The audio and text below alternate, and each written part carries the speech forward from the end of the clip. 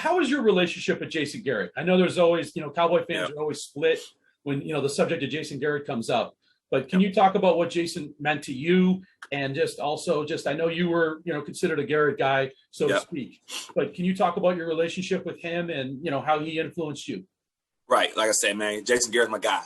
I'm a Garrett guy. And when I talk about when I say Jason Garrett's my guy, I don't get into the nuances or the facets of, oh, he's the best head coach from a schematic standpoint. He's the best offense coordinator, or the worst offense coordinator from a schematic standpoint. Because I feel like anyone can sit at the table and comb through whether you should have called this or you shouldn't have called that, or you should call it, you should have called that. So when I look at a head coach, man, I look at, will his players play for him? Do his players believe that he believe in them? What's the structure like? What's the culture? Is it a great coach? And that's one thing no one can take away from Jason Garrett, man. He had a amazing culture, man. He was a true transformational coaches, and we as players knew that he cared about us more than what we could do on the grass. And that's hard to find on that level because it's such a bottom line business. It's a bottom line business on that level. But Jason Garrett made sure that regardless of the bottom line business, that his players was going to know that he cared about him. And at the same time, he believed in him. JG didn't owe me anything. I was a undrafted free agent coming in as a number 5 back, but he believed in me. He would always tell players all the time that there is no one in this room is here by accident. We look through you guys. We studied you guys. We studied you guys' character, your background, your family history. Like we do a lot of work in figuring out who belongs in this room. And that's true, and I saw that when I became a coach, all the things that we did before we drafted a player, signed a player, brought a player in, all the hard work we did to figure out, do this guy fit our culture? Not just is he a good player, but do he fit our culture? So like I said, man, Jason Garrett believed in me from day one. He was a guy that never showed disbelief in me. Even in the hardest times, JG always believed in me. And playing out my contract in Dallas, and Jason Garrett telling him, well, PT, we may not be able to bring you back because we're the cap space and things like that. That never diminished who he was as a person for me. To this day, we still have one of the closest relationships. Like I said, I talked to him yesterday, and things like that. I go to his camp every year out in Princeton.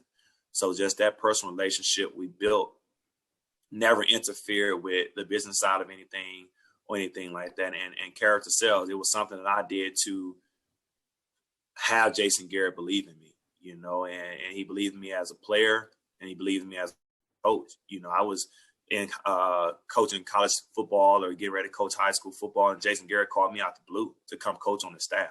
So it was bigger than just what he saw as me as a player, what he saw as me as a man and as a leader, to be able to call me to say, man, I want you to come coach on my football team. Again, like I said, people ask me all the time, man, how did you apply? How did you get on the Cowboys coaching staff? Shoot, Jason Garrett called me.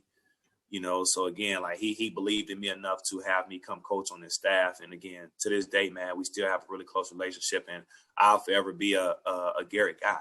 Do I 100% agree in everything schematically Jason Garrett do?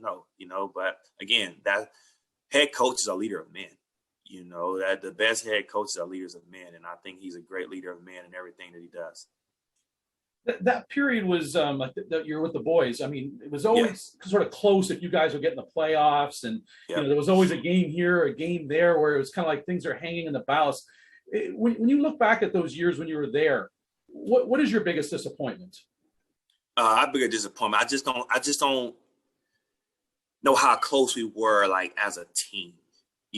As a team, as far as I see these guys now in the leadership from Dak Prescott, and you can just tell those guys enjoy being around each other. At times, when I was playing, it felt like, this is work. We come in and we go home and guys go their separate ways. But you get that college vibe from, those guys in the locker room now. And that was even a transition that started even when I came back, when I coached with Coach Garrett. When I coached with JG, I seen just how he had evolved as a coach. Because when I was playing for JG, it was JG way, no way. JG made the decisions. JG this, JG that. But when I started coaching with JG, I started seeing JG had a leadership group, which consisted of the players. And the players would come in and talk to JG. Hey, JG, man, we don't need to go full pass this day, or we don't need to do this, or we need to cut the schedule down, or just bringing those things to JG. And he would sit and he would listen. he was sitting and listening to those guys, and that was totally different from when I played for JG. It wasn't those meetings. It was, okay, JG said the practice time is this, X, Y, Z. But then you saw JG evolve as more of a player's coach and, understanding the life of what the generation of the players was coming through his organization. So I think that was the biggest change from then to now, is just the chemistry and the closeness of those guys. And I think it has a lot to do with the guy under the hump. Dak Prescott was he is an amazing leader, man. He's an amazing leader of men, and just how he's a servant leader. Not just he's going to go out there and everybody follow me. Like, he's willing to follow. He's willing to get in there and do the dirty work with the guys and things like that. So I think, like I said, the biggest disappointment from when I was in the locker room as a player to what I've seen as a coach, when I see through with the Cowboys now, is just that chemistry, man. It's a really close group, that chemistry. And those guys just enjoy being around each other and playing for each other. What were your duties working for Jason Garrett? Can you discuss that and just kind of what you did on a day-to-day, and then also what a game day was like for you? Right. So, like, when JG brought me in, it was assistant special teams coordinator, so I was on Keith O'Quinn, who was the head special teams coordinator. So, again, it was a system that I played in, which was good because I was familiar with the same special team system that I played in under Rich Bisaccia. KO was under Rich Bisaccia as assistant. Once Rich left and went to Oakland, with Gruden, that's when Keith O'Quinn was promoted to the head special teams coordinator. So I was familiar with him, So that was a thing that kind of took some of the nervousness away from me, that I was used to the guys that I was around. It was still some of the guys that I played with was on the team. So that was kind of like awkward a little bit. Like, man, I'm coaching some of the guys that I played with. Like I said, Tyrone Crawford was still there, Cole Beasley, Terrence Williams, LP, Chris Jones, Jason Witten, all those guys that I played with and shared the locker room with. Now I have to put on another hat and I'm coaching these guys. But again, I came in with a very mature mindset. So the duties I had was I was over, scout team. I was over game planning for special teams, drawing up plays, creating the playbook, drawing up the playbook, scouting other teams. So I had a pretty big role. When I first came in, I was kind of nervous and I was in the background. And JG came in, he grabbed me, he was like, "No, I brought you here to coach." And that day was the moment I said, "Okay, cool, let's go ahead and let's take the training wheels off and let's go get it." So again, that was one of the moments that showed me like he believed in me. It wasn't that you're just here to be an assistant or just do office work. Like, when we on the grass, he told me, "Go coach, go coach, go coach." So that was one of the great things that I loved about Jason Garrett, man. He saw something that I didn't see in myself, and he just told me to go turn it loose. Game day is much easier as a coach. I think during the week it's harder as a coach than it was as a player. Because of, we got to get in before the players, you're in there after the players. So as a coach in the league, is you got to put the players in position to succeed, and those guys are going to hold you accountable.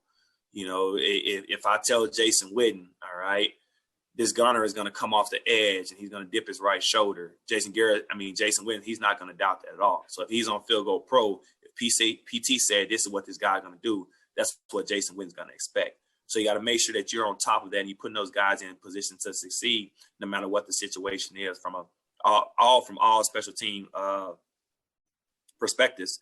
But again, and that's during the week, so the mental aspect of it, the 16-hour days in the office, the grinding, the watching different teams to find any advantage that you can go give to your guys to be successful is that.